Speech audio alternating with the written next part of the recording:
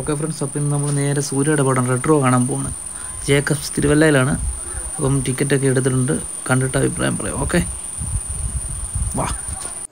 Okay friends, അപ്പം എല്ലാവർക്കും നിഴൽ മേട് എന്ന യൂട്യൂബ് ചാനലിലേക്ക് വീണ്ടും സ്വാഗതം. അപ്പോൾ ഇന്ന് നമ്മൾ വന്നേക്കുന്നത് നമ്മുടെ നടിപ്പിൻ നായകൻ സൂര്യ അഭിനയിച്ച റെട്രോ എന്ന് പറയുന്ന പടത്തിൻ്റെ റിവ്യൂ ആണ്. അപ്പം റിവ്യൂവിലേക്ക് പോകാം. Okay, come on.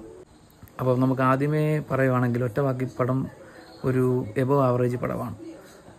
എനിക്ക് കണ്ടിട്ട് ഫസ്റ്റ് ഹാഫ് ഒരേ ലെവലിൽ ഇങ്ങനെ പോകുന്ന, ഒരു പൊക്കമോ ഇല്ലാത്ത രീതിയിൽ ഒരു ലെവലിൽ തന്നെ പോകുന്ന ഫസ്റ്റ് ഹാഫാണ്.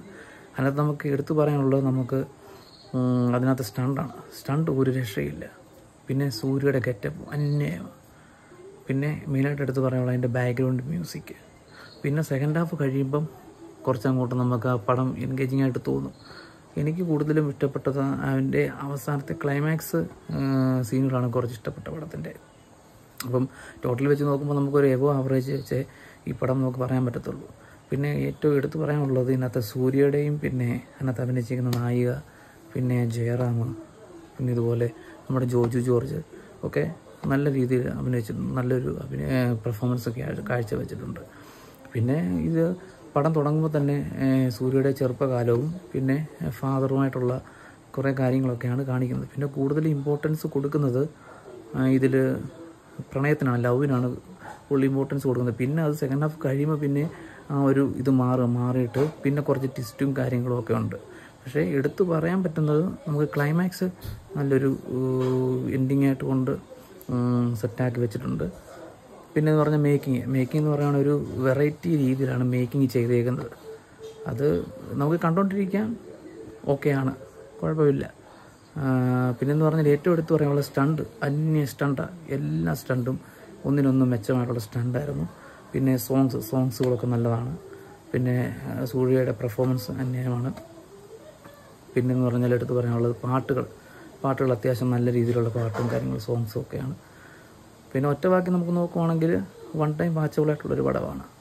എന്ന് പറഞ്ഞാൽ എബോവ് ആവറേജ് നിൽക്കുന്ന ഒരു പടമാണ്. അത്രയ്ക്ക് മോശമല്ല, അത്രയ്ക്ക് ഹൈ നമുക്ക് എക്സ്പെക്റ്റേഷൻ വെച്ച് കാണാൻ പറ്റുന്ന ഒരു പടമല്ല. നമുക്ക് വൺ ടൈം വാച്ചബിളായിട്ട് കാണാൻ പറ്റുന്ന പടമാണ്. എബോവ് ആവറേജ് പടം കൊള്ളാം എന്ന് നമുക്ക് പറയാം. പിന്നെ സൂര്യ ഫാൻസിന് വേണമെങ്കിൽ അതൊരു കംബാക്കായിട്ട് പറയാം. പക്ഷെ എന്നാലും ഇങ്ങനൊരു കംബാക്കല്ല നമ്മൾ പ്രതീക്ഷിക്കുന്നത്. സൂര്യ വെച്ച് നോക്കുമ്പോൾ കുറച്ചുകൂടെ നല്ല ഒരു സ്റ്റോറി ബേസുള്ള സാധനങ്ങളൊക്കെ ഇറക്കുവാണെങ്കിൽ, പിന്നെ നല്ല മേക്കിങ്, നല്ല സംവിധാനമൊക്കെ ഉണ്ടെങ്കിൽ കുറച്ചുകൂടെ നല്ല രീതിയിൽ സൂര്യയ്ക്ക് കംബാക്കായിട്ട് വരാൻ പറ്റും. അപ്പോൾ ഇത് നമുക്ക് വൺ ടൈം വാച്ചബിളായിട്ട് കാണാൻ പറ്റുന്നൊരു പടമാണ്. അല്ലാതെ നമുക്ക് ഒത്തിരി ഓവർ ഹൈപ്പ് വെച്ച് കാണാൻ പറ്റുന്ന പടമല്ല. എന്തുവായാലും നമുക്ക് കണ്ടുകൊണ്ടിരിക്കാം.